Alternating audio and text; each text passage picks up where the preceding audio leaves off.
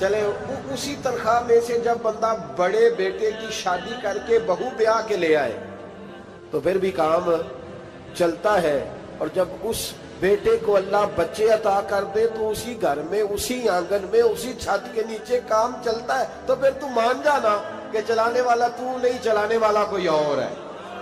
پھر تو مان جا کے چلانے والا کوئی تو اس وقت جب تنخواہ تیری لگی تھی تو کہتا تھا ابا ابھی میری شادی نہ کر، میں بیوی کو کیسے کھلاؤں گا؟ تو وہی شخص ہے جس کی چھت کے نیچے پھر 1.5 درجن پوتے بھی پل رہے اور گزارا ان کا بھی ہو رہا ہے۔ تو رزق کا ذمہ کس کا ہے؟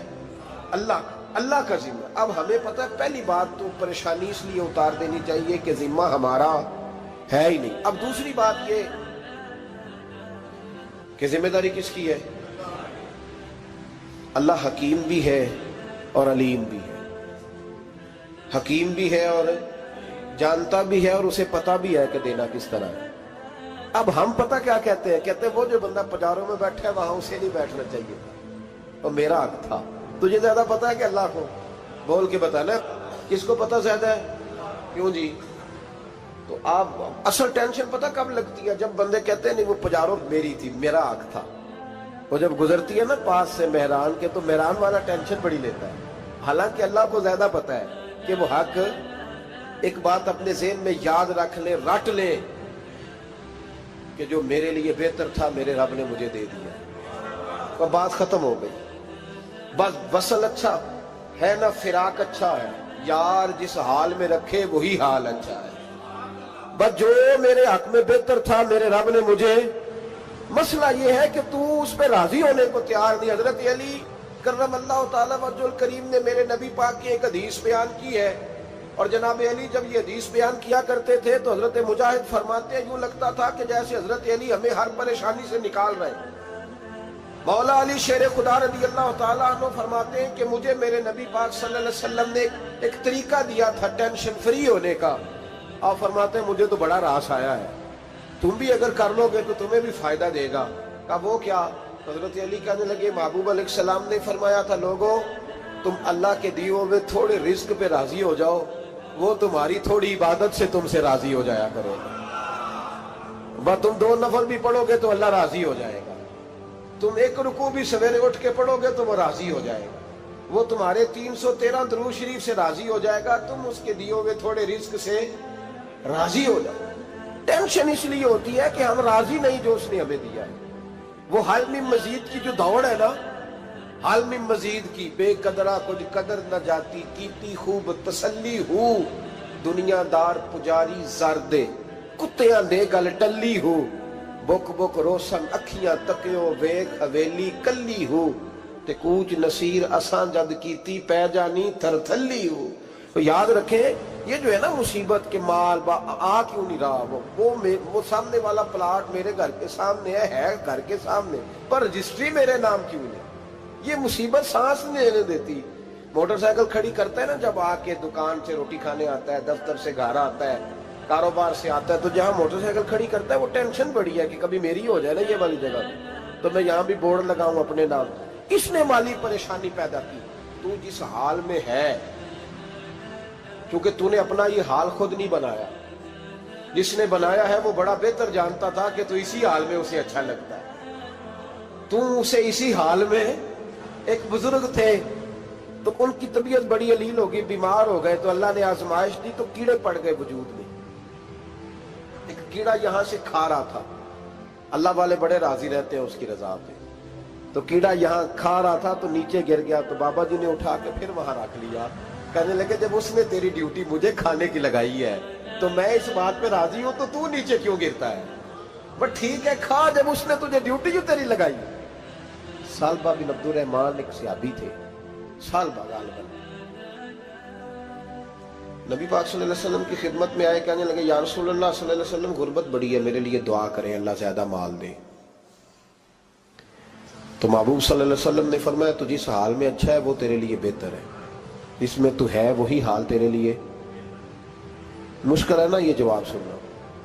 کہتے پیر صاحب فلان جگہ سے تویز آیا، وہاں تو وارے نے آرے ہو گئے، تو آپ کے ہاں؟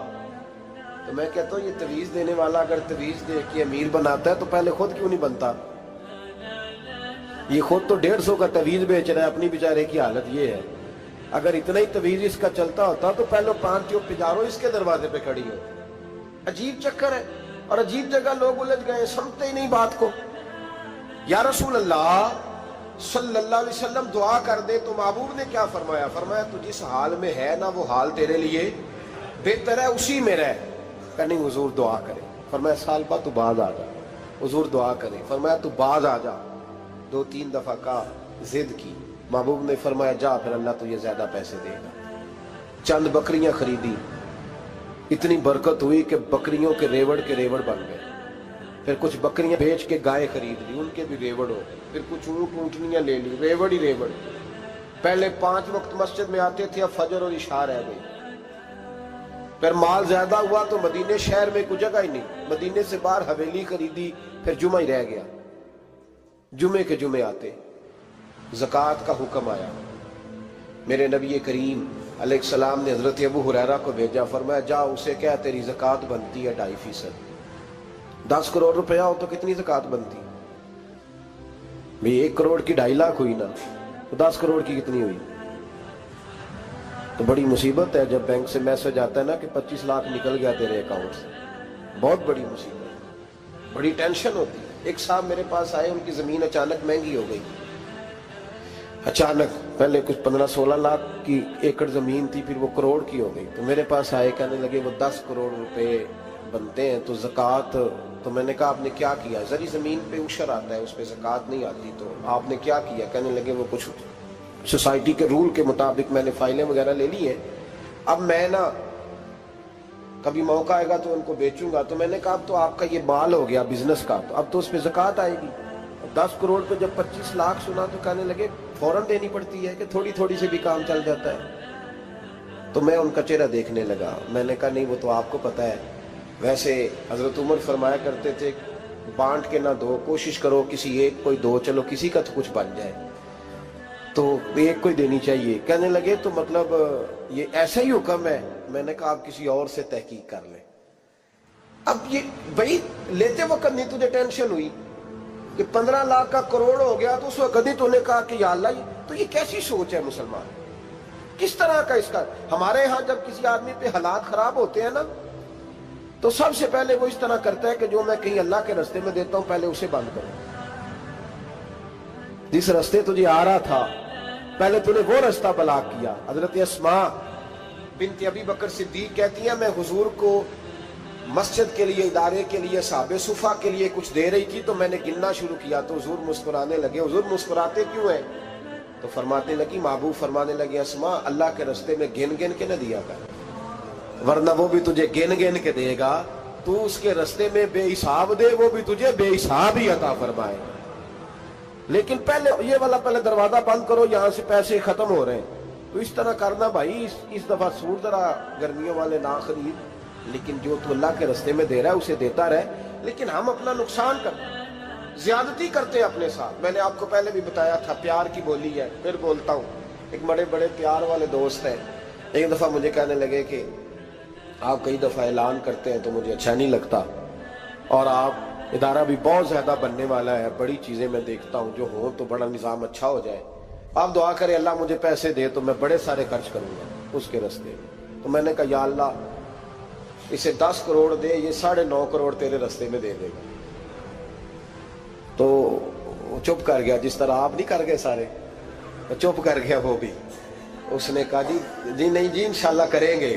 تو میں کیا پلیا جی تے دعا پہ ہوں دیا، ابھی تو وہ آئیں گے تو تب دیکھی جائے گی، تو تو یہیں اڑ گیا ہے۔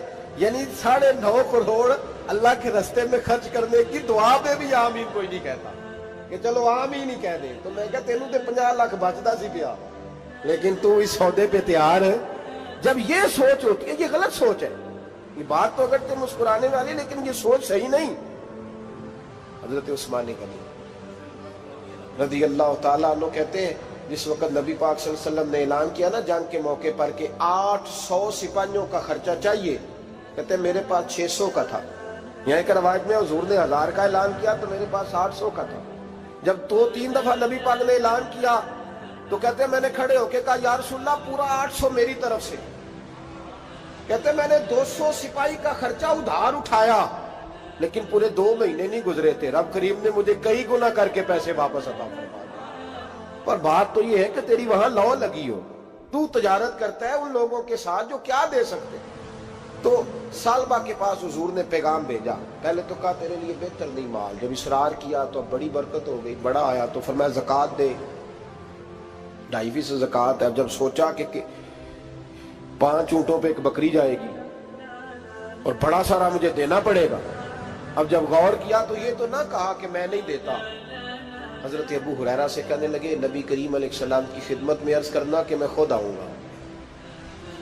حضرت ابو ہریرہ نے آ کے عرض کی یا رسول اللہ صلی اللہ تعالی علیہ وسلم، حضور وہ کہتے تھے میں خود آؤں گا، تو کہتے ہیں محبوب نے ٹھنڈی سانس لی، فرمایا اسے کہا تھا کہ تیرے لیے مال بہتر نہیں، اب ہلاک ہو گیا، ہائے افسوس ہلاک ہو گیا۔ ان کو بھی تھوڑی دیر کے بعد احساس ہوا کہ یہ میں نے کیا کیا، نبی پاک کو ہی کہہ دیا نہیں ہے، حضور کو کہہ دیا بعد میں آؤں گا۔ اب دوڑے آئے، عرض کی حضور میں سارا کچھ لے کے آیا ہوں، قبول کر لیں۔ محبوب نے فرمایا گویا بلال حبشی کی خشک کھجور بھی قبول ہے، اور صہیب رومی ایک اٹی بان کی لائے تو وہ بھی قبول ہے، اور عمار بن یاسر اور مصعب بن عمیر اگر 2 دینار دے جائیں اور کوئی پرانا جوڑا کسی سپاہی کے لیے چھوڑ جائے تو وہ بھی قبول ہے، لیکن تو اپنا لاکھوں لے کے چلا جا، تیرا کوئی نہیں قبول، معاف کر دیں۔ فرمایا جا معاف کیا، پر پیسے لے کے نہ آنا۔ اگلے سال پھر آئے، بندے ہوئے ہاتھ ہیں، محبوبہ میں دولت کا کیا کروں گا، آگ لگانی ہے، قبول کر لیں۔ فرمایا تو لے جا، تیرا نہیں قبول، گرا جو ان کی نگاہ سے وہ سنبھل نہیں سکتا۔ حضور نے وصال ظاہری کیا تو جناب صدیق اکبر کے پاس آئے، لاکھوں کا مال، ابو بکر قبول کر لو، تو جناب صدیق اکبر کہنے لگے اس کا کر لو جس کا نبی نے نہیں کیا، چل جا کوئی نہیں چاہیے۔ حضرت عمر کے زمانے میں قحط پڑ گیا، بارشیں نہیں ہوتی، غلہ نہیں ملتا، حالات خراب ہے، مالی طور پہ بحران آ گیا، غربتیں، مجبوریاں، تکلیفیں، آ کے روئے، عمر میرا قبول کر لو، مجھے معافی تو مل گئی تھی نا۔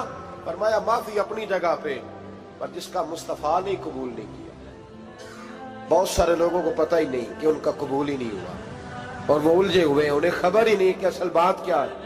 فرمایا جس کا مصطفیٰ کریم نے قبول نہیں کیا، اب ہیرے اور جواہرات بھی لے کے آئے تو بھوکے مریں گے، پر اس کا قبول، اس بات پہ راضی رہو، اس حال میں اللہ نے رکھا ہوا، اس حال میں راضی رہو۔ جو مصیبت ہے نا دیکھنی کہ وہ بھی میرے پاس، تمہیں کیا پتا، کبھی پوچھ تو صحیح اس سے وہ کس مصیبت کا شکار ہے، جو مالی طور پہ بڑا امیر ہے، تو اس کی طرف دیکھ کے اپنا دل برا کرتا ہے۔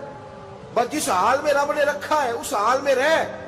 حضرت عثمان غنی کے زمانے میں تو وہ وصال کر گئے، لیکن بھائی تو جس حال میں تیرا رب تجھے رکھتا ہے اس حال میں رہ، تیری مالی پریشانیاں ختم ہو جائیں گی۔ میں نے پہلے بھی شاید آپ کو ایک دفعہ کہا تھا، میں تعلیم سے فارغ ہوا تو میرے ایک استاد اور میرے کچھ دوست کہنے لگے افریقہ آ جائیں آپ، وہاں بہت بڑا ادارہ ہے، اس کو چلائیں، اس کو سنبھالیں۔ تو میری والدہ سے میں نے کہا، اس طبیعت ہوتی ہے نا انسان کی، میرا بھی دل لگ گیا۔ میری اماں پڑھی نہیں تھی لیکن اللہ نے دانائی بڑی عطا فرمائی تھی، حکمت بڑی تھی، سیانی بڑی تھی۔ تو میں نے کہا اماں جی وہ مجھے ساؤتھ افریقہ کی دعوت ہو رہی ہے تو آپ کیا کہتی ہیں؟ تو اٹھ کے میرے پاس آ گئی اور مجھے انہوں نے اپنے بازوؤں میں لے لیا، پھر میرا ماتھا چوما، کہنے لگی پتر میں تے وال بھی نہ پوٹ کے دیوا کسی، ہم نے دولت کا کیا کرنا، تو اللہ کا نام لے کے کہیں بیٹھ جا، رب کریم رون کے لگا دے گا، خیر ہو جائے۔ تو میرے بھائی یاد رکھیں ان چیزوں سے تھوڑا سا دیکھیں نا، قناعت کریں، جو اللہ نے دیا اس پہ راضی ہو جائے، اللہ بڑا مہربان ہے، وہ آسانیاں کر دیا کرتا ہے۔ تو یاد رکھیں میرے رسول کریم علیہ السلام نے ایک تو ہمیں درس یہ دیا ہے کہ تو سمجھ جا، قرآن نے ہمیں بتایا ہے کہ روزی تیری ذمہ داری نہیں، روزی کس کی ذمہ داری ہے؟ اللہ کی۔ اور دوسری بات یہ کہ جو اللہ نے تمہیں دیا ہے اس پہ تو راضی ہو جا، تیری مالی پریشانیاں ختم ہو جائیں۔ اور پھر حضور صلی اللہ علیہ وسلم نے فرمایا مذہبی طور پر جب دیکھو تو آگے دیکھو، اور دنیاوی طور پر جب دیکھو تو پیچھے دیکھو، پریشانی ختم ہوگی۔